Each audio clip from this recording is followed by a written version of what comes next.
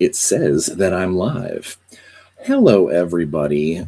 And oh, hang on, my microphone is all twisted up. Then you get the real intro. Hi, everybody. Welcome to another Tales from a Professional Nerd. My name is Bryan C.P. Steele, and I will be your nerd today, your live nerd today, and any other day that you watch one of my silly little shows.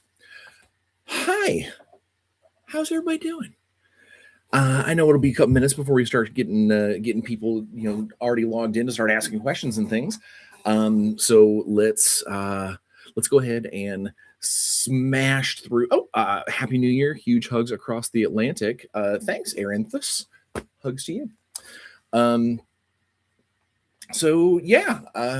It's been a crazy week. Technically, this is the first week back after like the holiday break from several publishers. Not that I actually ever really stopped working, but it does mean fewer meetings and less things that take up all the extra time, all that stuff.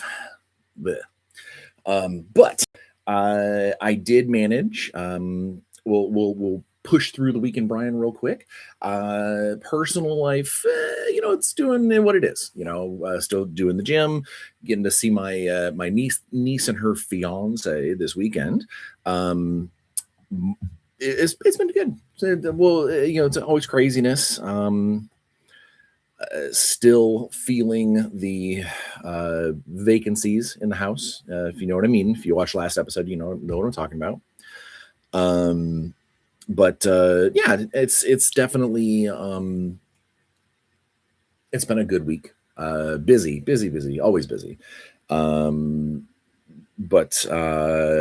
I think I'll say it's a good week.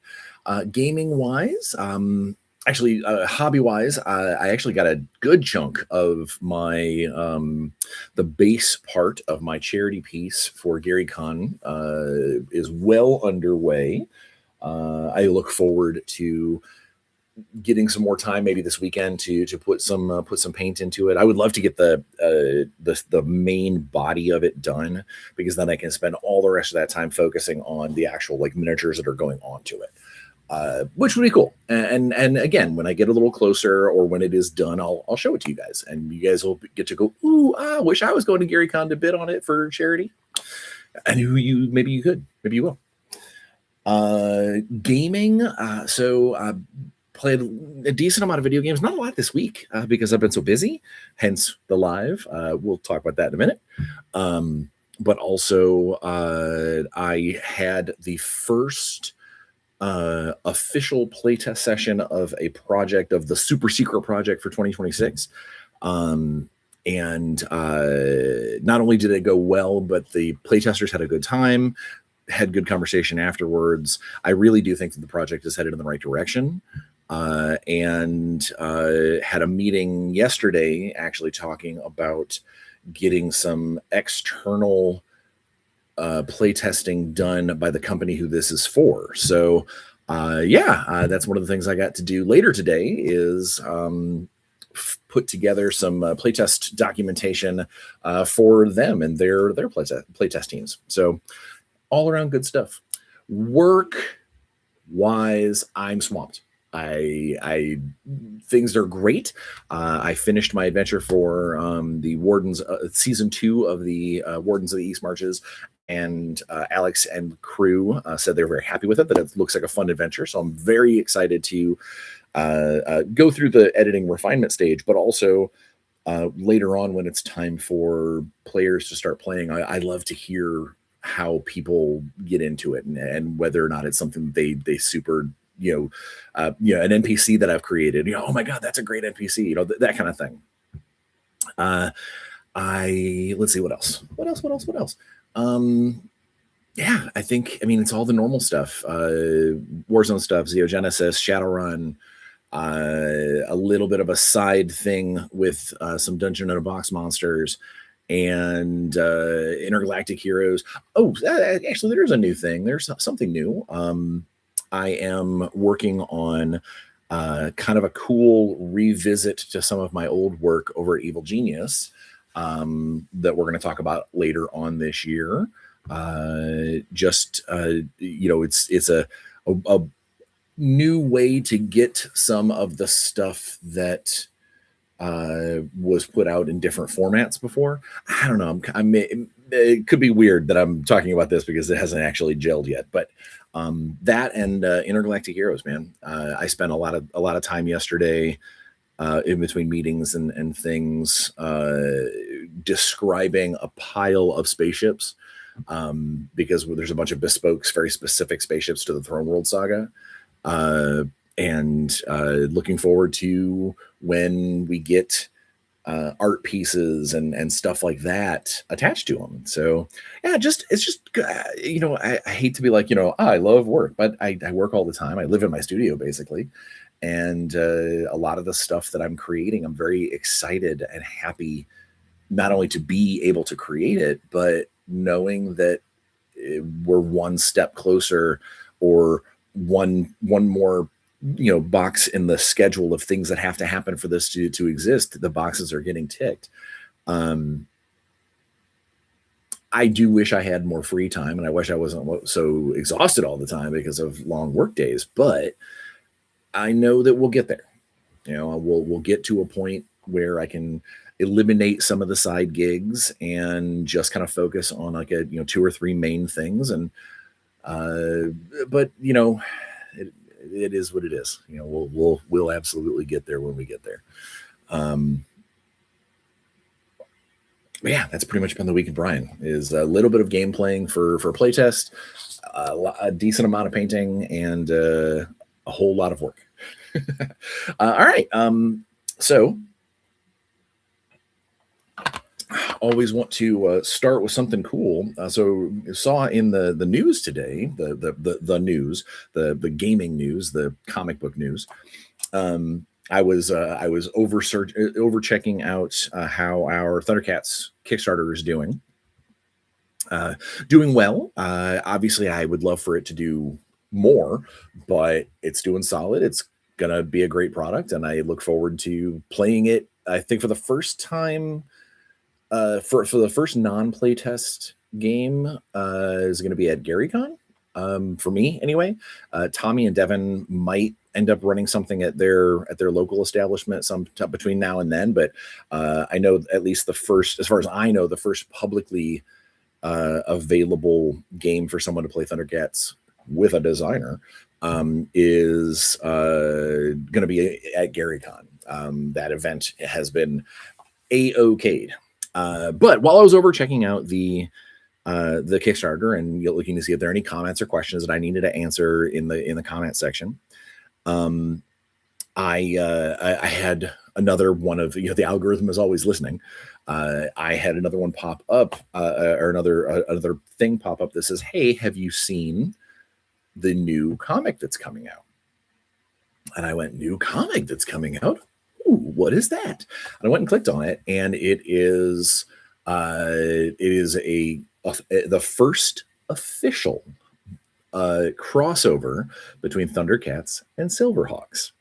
And for all the people out there who know me, who've listened to me talk about how we've known for a long time, the fan base has known for a long time that they've been in the same universe because of art that's gotten snuck into the back of a comic or the back of the cartoon reboot, where it's probably the artist should have asked permission, but they kind of snuck it in there. And there's been several panels between the creators that have said that it's something that they've always wanted to do, but it just never happened. It's never been official. Well, this new comic coming out in March. It's Thundercats and Silverhawks crossover.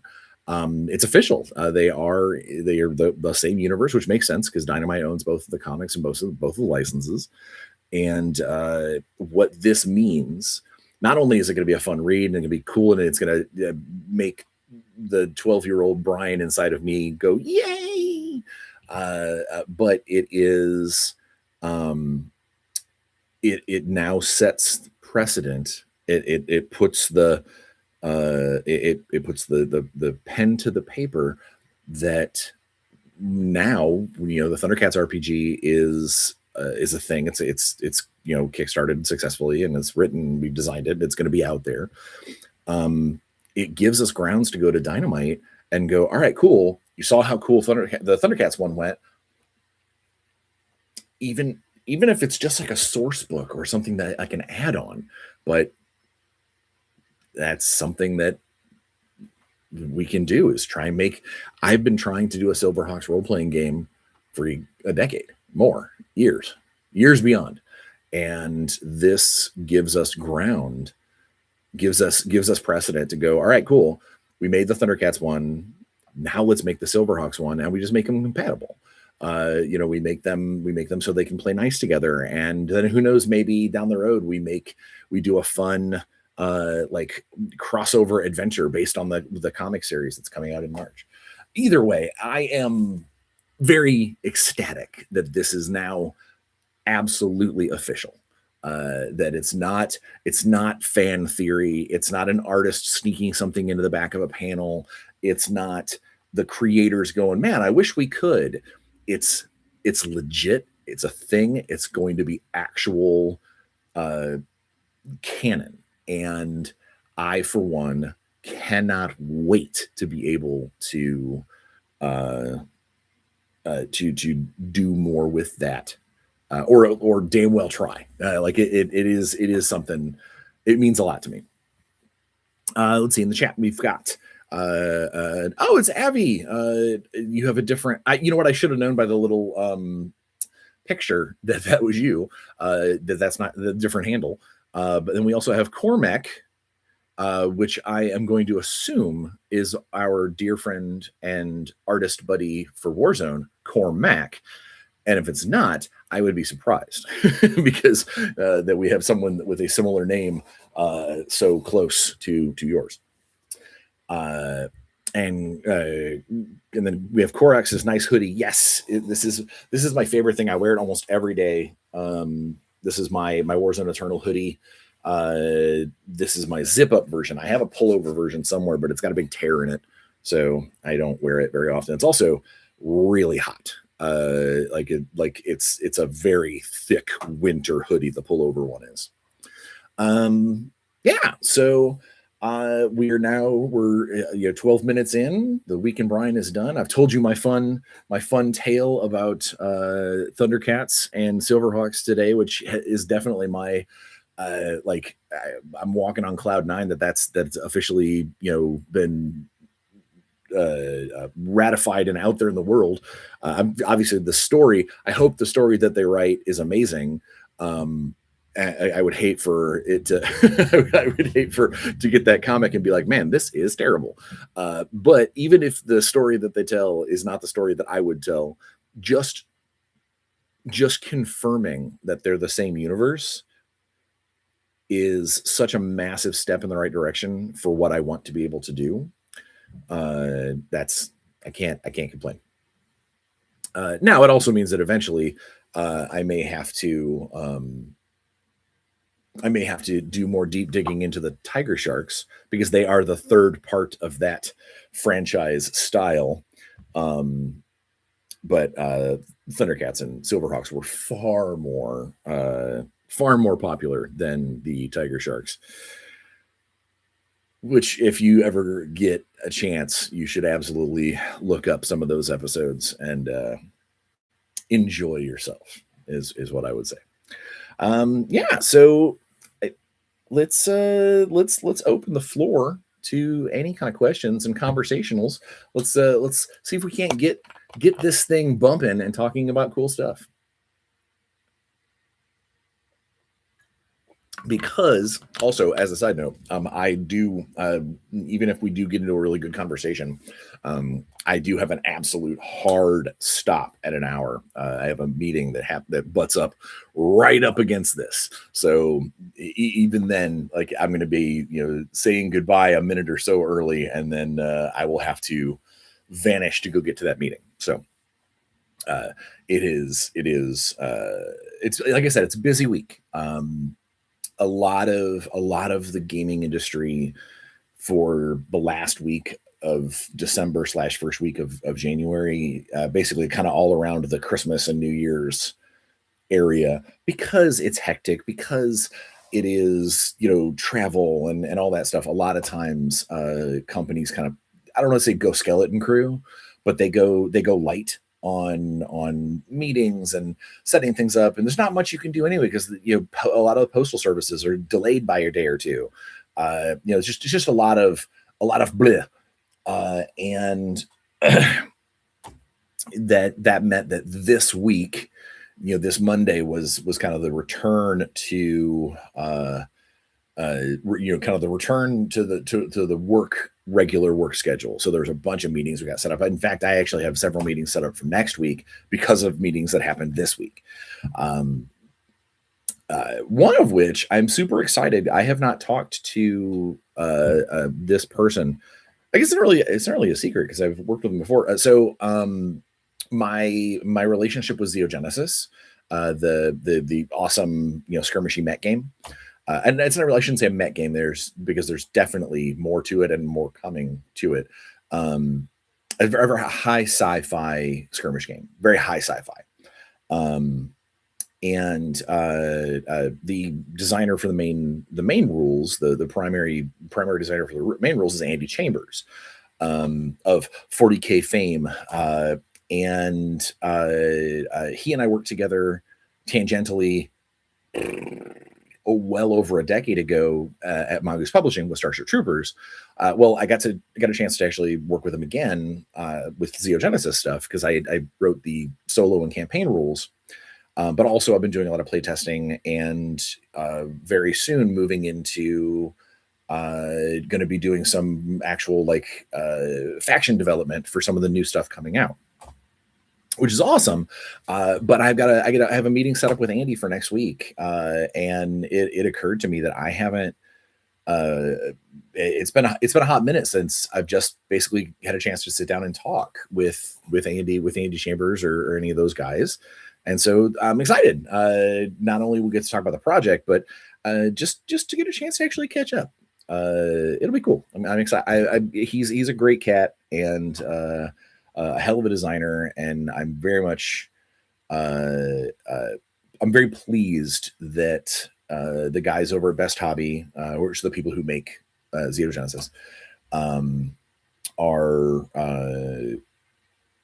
looking forward to working with me and expanding the Xeogenesis stuff in a couple other directions. They got some really, really cool stuff coming down the road art wise. And one of my favorite parts about making miniatures games or even role playing games, just making games in general, is when there is really cool art assets and sculpts and things. And then I get the opportunity to help make them kind of come to life through their rules. And that's exactly what's happening here, is that the new stuff for Xeogenesis, a lot of that has already been, if fully conceptualized as far as like the concepting of the drawings and the miniatures. And obviously the stuff's not done and everything's in progress and nothing's done until it's actually, out the door. But knowing what I've seen and what I know is coming through conversations with Danny over at Best Hobby is, I think there's gonna be some very cool the people who have already started doing really awesome paint jobs on the Xeogenesis stuff that's out. I absolutely look forward to people getting to do stuff with the new stuff that hasn't come out yet. So I don't know if that makes any sense whatsoever. Long story short, wrap it up in a bow. I have a meeting next week with Andy that's going to be awesome to talk about the furthering of Xeogenesis stuff. Abby says, always looking forward to more Warzone. Me too. I am also looking forward to more Warzone. I was doing some number crunching this morning in the fact that we are starting to get down to the wire on the calendar before Adepticon, before the next big, moment where Warzone will kind of plant a new flag. And I started writing some notes down of things I've got to get done before the time moves real fast when you're not paying attention. And I just want to make sure that I get as many of my ducks in a row um, before we get to that convention because it is basically the biggest U.S. miniatures convention that Warzone is at. It's like our hometown convention. It's our next Eternal Champions tournament where we get to add names to the trophy. Yeah, just a lot going on, a lot of stuff that needs to happen, and not as much time to get it to happen as I'd like. Yeah, I'd love to see me some Crimson Devils or Tiger Dragons in 2026. So 2026, I there's a lot of stuff I want to see. There's a lot of things I want to see. I think first and foremost, what I want to see happen is I want Graviton Protocol to come back from the layout guys and get that out to everybody, because I think that's going to be an exciting way for people to play non-tournament style games for a little while. Also introduces a couple of cool personalities that we know and love. And one of the other things that I'm looking forward to is so the relationship with Transatlantis with Transatlantis Games was so late in the year. Like when we kind of ratified everything and became, the came together as a force to make Warzone Eternal better. There's a lot of moving parts. There's a lot of stuff that is happening and has to happen. But then, of course, we immediately ran right into the holidays, and everybody knows that holidays kind of if you're not prepped 6 months before, your holiday kind of comes screeching to a halt because you're working on stuff from 6 months before. And I do think that the timing of the partnership, it was great. Obviously, we love the fact that it happened, that we're doing this. But the timing on it is one of those things where it's like, oh, okay, let's get ready to do some really cool stuff. Oh, wait, hang on a second, we got to wait until we can do some cool stuff. And I think that that's where we're at right now. Is that we have so many neat releases and products and stuff that needs to be marketed properly and get all the right eyes on it, and that kind of thing takes time. It takes time, it takes resources, and it takes attention. It takes the people involved. We need to be able to give it the attention that it deserves, especially now that things have changed a little bit for the back end of the game of how it is produced. The Trenchwork snap trays was an alteration to the change of how things were being planned.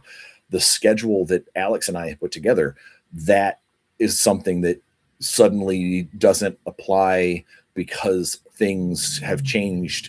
Like anytime you make any kind of alteration to how a business functions, there are definitely going to be moments where you're like, okay, cool, hang on, we got to make sure that we do this right. Because if you just keep forging forward, just steamrolling forward and being like, okay, cool, we understand that things are changing, but this is the direction that we need to go. If you don't take a chance to stop and look it over and figure out what is the actual next step, then you end up wasting resources and making mistakes. And the people who brought you Tooth Coat's paint line aren't about to willingly make a bunch of mistakes. So we got to handle it. We got to figure out how to hit this and make the most out of all the cool stuff that's right there on the outside of the bubble, ready to pop. But to go back to your question, not that I just kind of pontificated about the fact that 2026 is going to be awesome, but maybe in different ways than we expected. That I too would love to see Crimson Devils or Tiger Dragons, especially to be completely transparent, I I love the Tiger Dragons and the Showa Ace power suit driver concept. It has never been a secret that I do not like. I never liked the original model, and the art for the Tiger Dragon. I'm not a fan of that particular stylings. And Alex and I have talked at great length, and he firmly believes that he can make a Tiger Dragon slash Showa Ace power suit um, that will be just as awesome, and also make even a naysayer like me uh, look at it and go, "Man, that's pretty cool." So I think more than anything for the Showa Ace slash Tiger Dragons, I I'm looking forward to what Alex as a creative director will come up with. Um, because I know what I would do, but I also like it's almost more of a for me it's like almost like a gamble.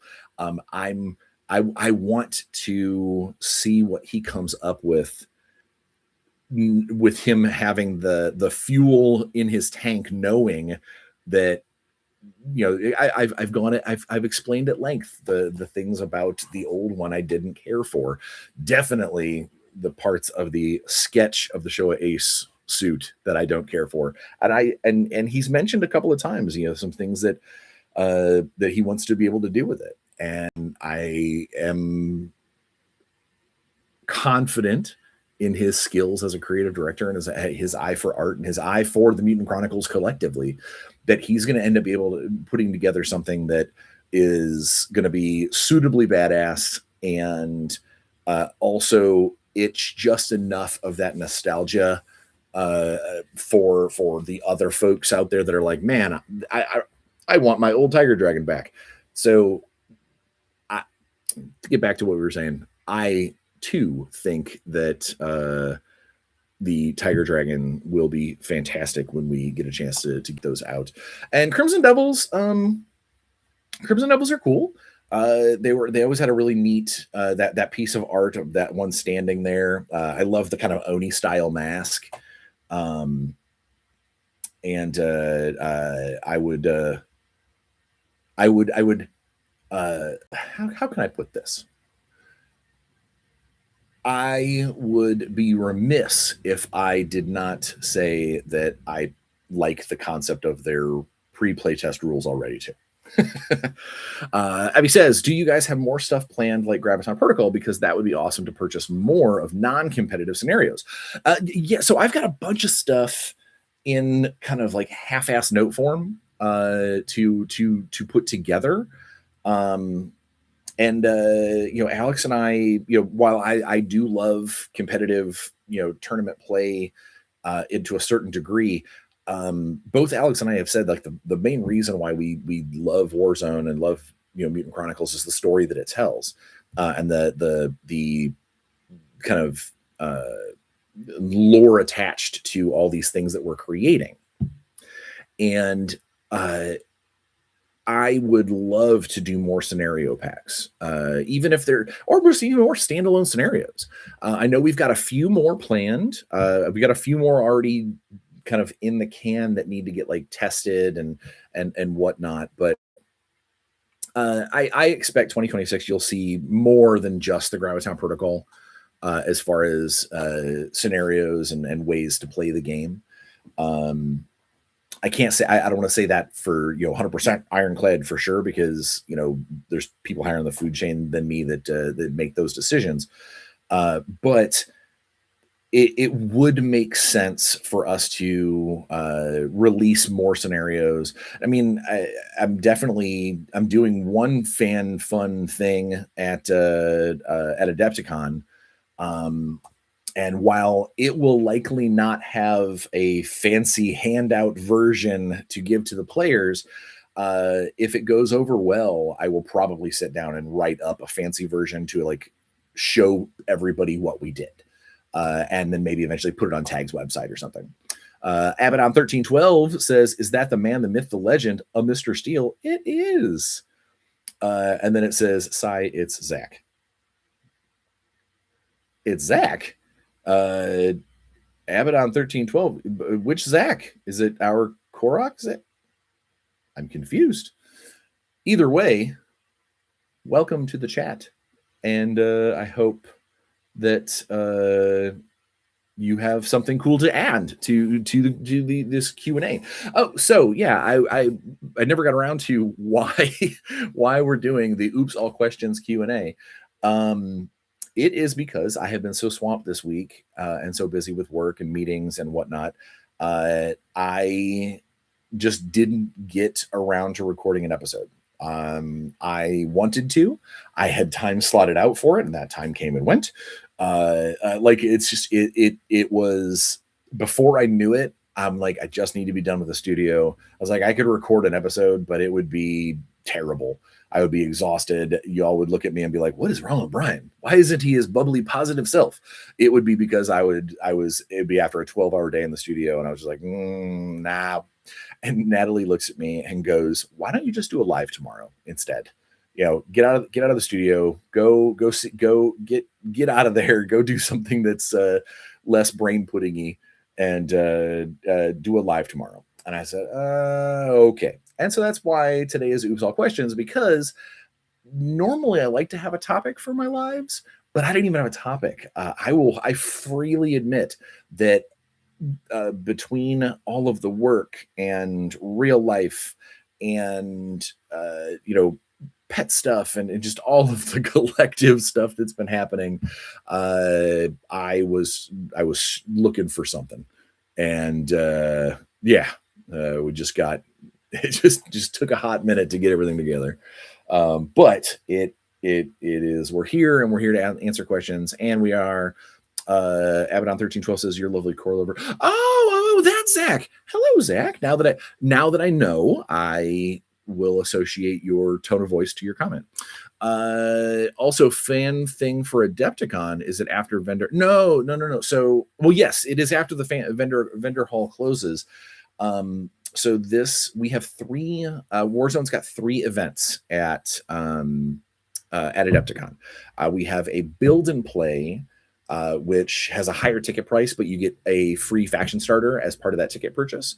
And then one of our lovely demo assistants is going to help people put their stuff together and then get them to play a game, kind of show them how to play. That is during the day, I think on Friday. I think it's Friday during the day. And then Friday night, we have a limited seating, a limited seated, there's 12 players available.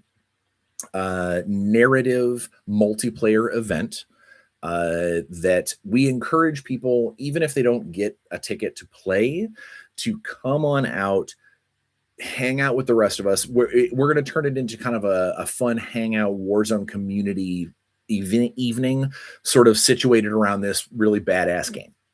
And then on Saturday night is the Eternal Champions, the actual, like, our world championship yearly thing is Saturday night. But yes, to answer your question, the community event on Friday night is after the vendor hall closes. So if you are working at Adepticon this year, then you should be able to scoot out of there. And even if you can't get a chance to play at the community event, you can at least come by and hang out and watch other people blow each other up with fun things. So I think you're not going to judge my modifications, are you? I'll just come hang out. Your mods to the models, of course I would judge. No, I'm kidding. As the fun event is just people are going to bring their armies and they're going to come play, and it's going to there's a very big multiplayer event. So I don't think anybody would bat an eye if you do get a seat at that table, if you have mods to your models, as long as they're still legal. At the tournament, The tournament, however, I will end up having to be I will have to be a stickler about our proxying rule, our proxy and conversion rule, um, because it is an official event. It is it is the world championships. It's the Eternals. I will have to actually enforce that. Which for anybody who's listening who doesn't know, the way that works is at an official tournament event for Warzone Eternal, the models that you use, if it is a unit that has been released, uh, like the physical model does exist in the world, you may not do an outright proxy for it. You have to have a Transatlantis Games miniature for it. If you want to do conversions, if you want to do alterations to the models, that's fine. But the primary, like the majority of the model, still needs to be a Transatlantis Warzone model. And any conversion work that you do has to be readily recognizable as what it's supposed to be. Now, that doesn't mean that it needs to be WYSIWYG. It doesn't mean that if he's got a pistol, he has to have a pistol.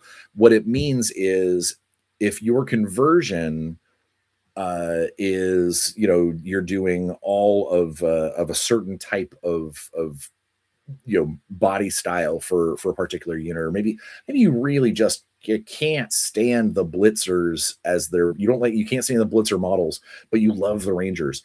As long as if you armed a bunch of Rangers with submachine guns and we're able to at the beginning of a game look at your opponent and go, I love the Ranger models. That's why why all my models are Rangers. But these over here, they're painted differently, they're armed differently. Those are the ones that are blitzers. We would be way okay with that as long as it is something that is easily recognizable across the table. And if it is something that is, like, let's say, because we do have things that like have spells and stuff.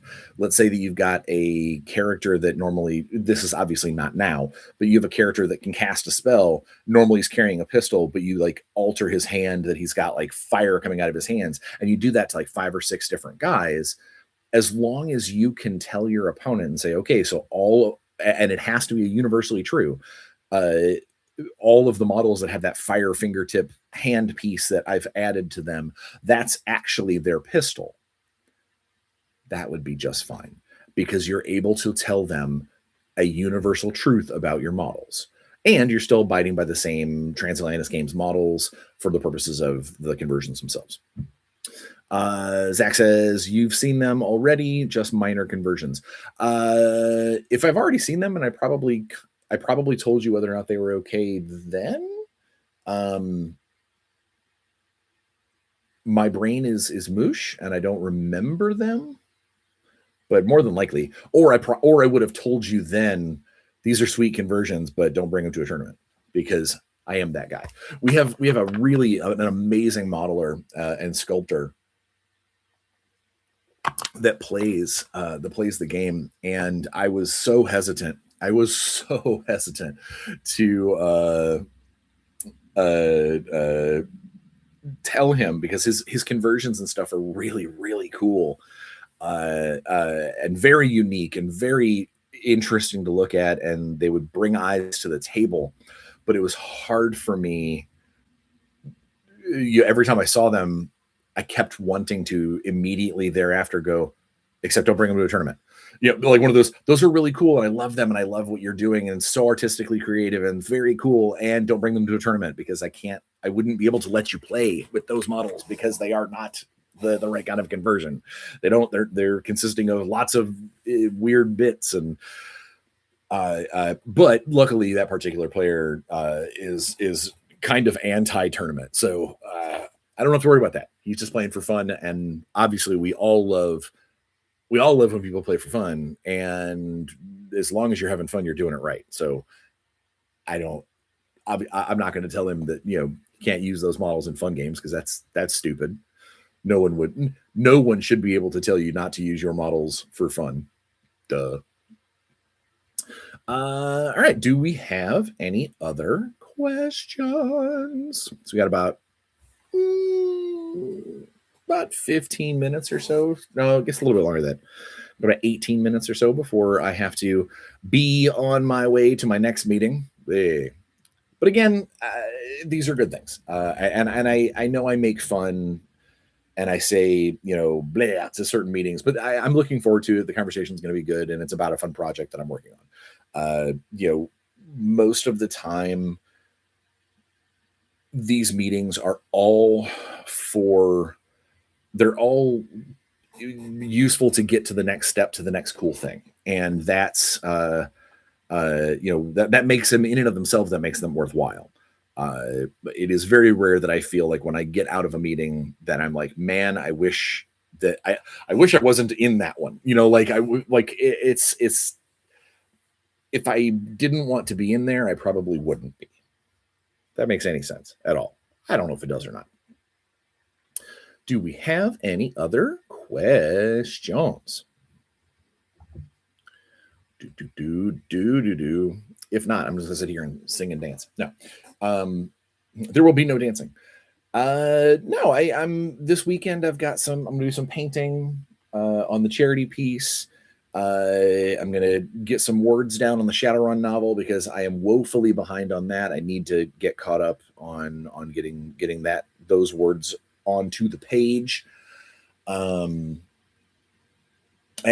my niece and niece and eventually nephew, her fiance, are going to be in town on Sunday, so I'm looking forward to getting a chance to see them. I recently painted the D&D models or the character models for their D&D game. So that'll be fun to get a chance to see them and see how their game's going. And not that I relate literally every single aspect of my life to gaming, but it is so interesting when people who I did not bring into gaming, like I did not teach. They were never at my D&D game. I never, invited them over to play or anything like that. Anytime I find out that people I know are gamers of some capacity, and it had nothing to do, like our gaming Venn diagram didn't brush against each other. I'm always interested, is to find out, how did you come to it? How are your games going? And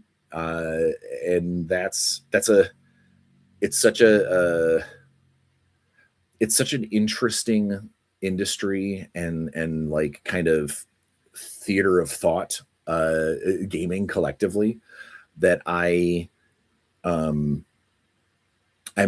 so curious, because I know how I got into gaming, and I know the reason why I stuck it out, and I know what it means to me. So it's always so cool to hear someone else's origin story, so to speak, as a gamer, or why. Please excuse my dogs going crazy outside. If you can hear them, if any of you on the live can tell me if you can hear my dogs, that would be great. If you could tell me, because if you can't, then my microphone is amazing and it's not doing it, but it's making me very fussy that they are barking outside. You heard a bork. Okay, you can hear a bork. Sorry, my lovelies are outside and they're doing their thing. What was I saying? I completely lost my train of thought because of all the dog barking. I lost it. All right. Hazards of being old. No, talking about how getting to hear other people's gamer origin stories and find out how they got to it. What was their first thing, and it's always interesting to hear if when they're like, my uncle showed me, my older brother or my older brother's friend played D&D, and we went over to his house one day, and I saw what they were doing, and I was like, that's cool. What is that? What is all that? Like, it's interesting to know what facet of what facet of gaming attracted you? And even if that maybe wasn't the thing that kept you there, board gamers are often, they're like, well, we used to play some board games, and then someone showed me Settlers of Catan, and I realized that Monopoly is not the only board game out there, and I hear stories like that, and I remember to like when I was little, and we played board games with my mom and with my parents and my parents' friends, and but a lot of times the board games that we played were things like Aggravation and Sorry, and yeah, we even played Monopoly, even though Monopoly is terrible. You played a lot of Uno, the absolute mainstream games, and I think about it now. I think about it, where people are starting to find their gaming feet. And it's often things like Settlers of Catan or Munchkin, or there's like a new mainstream. There's all the regular games. There's a lot of regular stuff out there, but then there's also kind of that next level of I didn't buy this at Target. I bought the way, although now you absolutely can. Magic the Gathering was not a thing when I was little. I was there at the beginning. I was part of that initial, alpha beta card craze when people the birth of the CCG, and that had a big part of getting me into gaming. Finding out that there's this other kind. There's more than just sitting around the table. There is more to it. There's something social about going to the store and playing with someone else. Later on, role-playing games, like that kind of thing. Zach says, started with Magic the Gathering, went to Mage Knight, and then just wish it could reignite your want to play TTRPGs. You know what? I have heard this before, where people are like, I used to play role-playing games, and I just can't get my head around it. I can't get my brain in it. Or, I haven't found one that I like anymore. And it's totally understandable. I remember, I look over at the painting side of my studio, and I've got, thousands upon thousands of dollars worth of Necrons sitting on that shelf with dust enough on them that I need a makeup brush to remove it. And it's because I haven't played 40K in probably 2 years, 3 years. But if you were to scale it back to 17-year-old me at scale it back 30 years and put me in my buddy Ian's garage, the gaming room that we had built to the side of the garage, the main garage proper, where we had 2 big ass game tables, all of our models strewn about the room, and we would play 40K every weekend, at least one night, all night, and then hit the truck stop for biscuits and gravy in the morning, bleary eyed. And if you would have told me then that I would ever get to a point where I'm like, I don't really want to play 40K right now. I'm kind of not be like I've grown out of it. That's not it. But like, it doesn't appeal to me in its current form the way that it did back then. I would have looked at you and said, "You're crazy. 40K is my favorite." And I look at it now, just this week, the rules of the new models for the Necrons popped out. And I looked at those models and was like, man, I really do want to get those models because they're sick and it'll help finish my collection, or continue my finished collection, if that makes any sense. But it is also, I have almost no desire to play them. I just want to get them, put them together and paint them because they're my Necrons and I love them. They're my babies. They're my little weird metal babies in the 40K universe. And it is hard to see, over on my local players Discord, my local people, our gaming Discord, the Adepticon thread popped up because the badge or event registration goes live on Sunday, and immediately it was all talk about 40K events and 40K events and 40K events and 30K events and just Games Workshop, Games Workshop, Games Workshop. And while I do not fault them for loving these games, it is hard to see that and be like, I wish I had that. I wish I still had that rush, that feel, that desire to keep doing that thing. So I understand that you wish that you could reignite your want to play TTRPGs, but until you find one, you find a game that's gonna spark that interest, the last thing you want to do is just dive on in to a game hoping that it's going to be the thing that lights that spark again.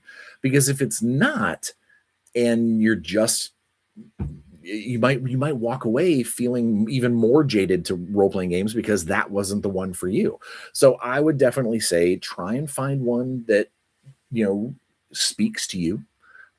Maybe find a group, or at one of these, I know you do a lot of convention work specifically for miniature games, but if you find a miniature or you find a convention that has RPG one-shot events, try and jump into one. See if you can spare 3-4 hours out of your convention and just throw some dice with some random strangers, because if it's not for you, you could walk away and there's nothing but time lost. But if you do get there and you have a good time and it does spark your interest and you go, oh, that was fun, I kind of want to do that again, you can maybe slowly build that kind of kindling back up. Nightbringer has my art creativity going wild. Almost a new Destroyer character is amazing. Yeah, I mean, like, I'm still kind of licking my wounds financially from 4 years of fighting the state of Indiana. So I'm not about ready to drop $300 on 2 models for a game I haven't played in 3 years. That being said, if somebody wants to buy me the Nightbringer or the weird new Destroyer, Arman Zor, I would not say no. But they are so cool, and I do want them for my collection. And who knows, maybe the next version of 40K will reignite that spark for me, because I will play 1 or 2 games of every edition to see if it. I'm not ever going to say that's not for me, I don't like it, without at least giving it a try. Because I've got the models. Obviously, I've got 30 plus years of Necrons. So we'll make it happen. Box to Battle says, oh, I'm late. Hi, Brian. Well, hi, Brian. Hi, Brian, back to you. Hi, Box to Battle. There is Gen Con this year. Gordon does let you do events. Well, you know what? Gen Con is a great show to try and smoosh in insert random role-playing game, because there's a lot of them.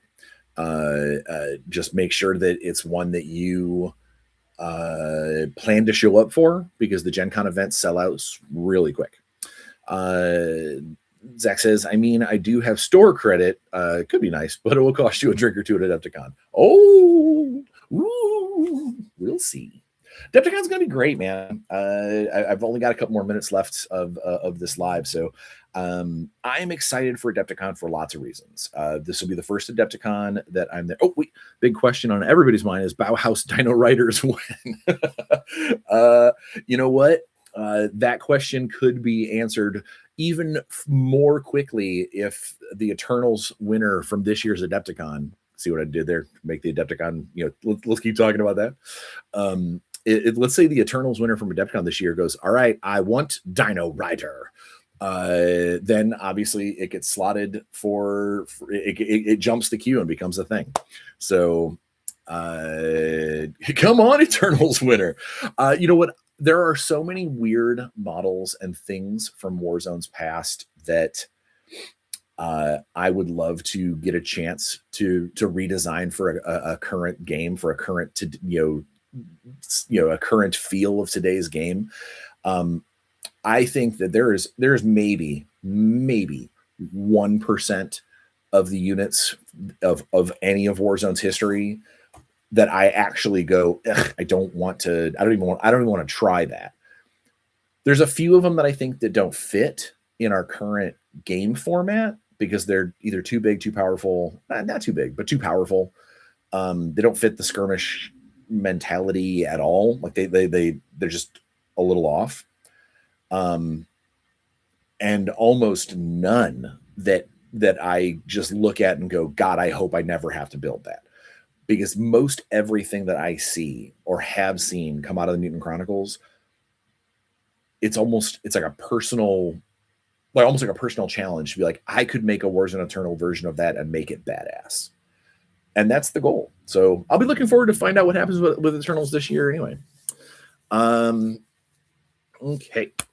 We got here. Undead in Warzone. Yeah, Undead Legionnaires. They're all over the place. Blessed Legionnaires. They're all over the place. Come on. Lost Heretic says, hi, thanks for introducing me to Warzone at PAX. Which faction matchup do you think is best for demos? This will be my last question because then I got to bounce. I like any of the human factions. So like Bauhaus or Mishima's a little harder to sell on the table because normally a demo's on a smaller board, or at least our demos are on a smaller board. If you're doing a full 3x3, any of the human factions, any of the corporate factions versus Dark Legion, specifically the Dark Legion starter. Because it gives just enough of a taste of specialists and special weapons, but doesn't lean into too many of the weird things like faith or networking for the purposes of like Cybertronic. So you don't have to keep stopping the game and go, okay, so here's something that you can do that nobody else can. You can just get them into the play the game, read your card, learn how to go. But then as for the purposes of the Dark Legion, specifically because of Necromutants having Fearless, means you can show them that not all models that pinned, you can kind of show them that there are some models that ignore versions of pinned, or parts of being pinned, like the Fearless on Necromutants. And then also the Undead Legionnaires, because not only does it, you can say, okay, so there are models that just do not get pinned, but then there's also this group mechanic that certain really low cost dudes have. And it gives you a good push and pull, as long as you keep the same point values on both sides, obviously. But it's a nice sampling of what the game is capable of. And at a glance, for someone just walking by, it's a very easy to see, oh, there are humans, there's human army men, and then there are also monsters and things that people can fight. It's immediately a nice brush of paint that says the Mutant Chronicles contains a lot of this stuff. That's what I prefer those two as an initial demo. I think Cybertronic models are really gorgeous on the table, but getting into networking can be a little overwhelming for an initial player if they've never played the game before, especially when they're just learning how to do reactions. And then you're like, oh, and by the way, you can start juggling reaction tokens. And Brotherhood are also striking models, but as a faction, Brotherhood is structured a little differently because their leaders are set up differently. They have the faith points, so it's I not to be like, don't use those, totally use those because they're gorgeous models. But I think for a straight up first demo, best factions are any of the fully human corporations, like no cyborgies, and the Dark Legion starter is my that's my go-to. All right. So I have got to go today. It has been a pleasure. Thank you for being here with me for my Oops All Questions live, because I was poorly prepared for the rest of the week, and this is what I have to happen. Hopefully next week I will be better prepared to have an actual real episode to give you guys and partake whatever cool and interesting information that I might have at the time. Until then, please be safe. Wash your hands, get your shots, wear a mask for sickness purposes in the places that you have to. Just kind of generally be safe. And if you are in a place that is currently beleaguered by political trauma and the like from our nation, in all seriousness, please be safe. There's a lot going on out there. So until next week, be safe, have fun, and play some games. Just try and leave every room a little happier than when you got there. And hopefully we'll all be okay. So I'll see you in a week. Thanks for being with me, guys.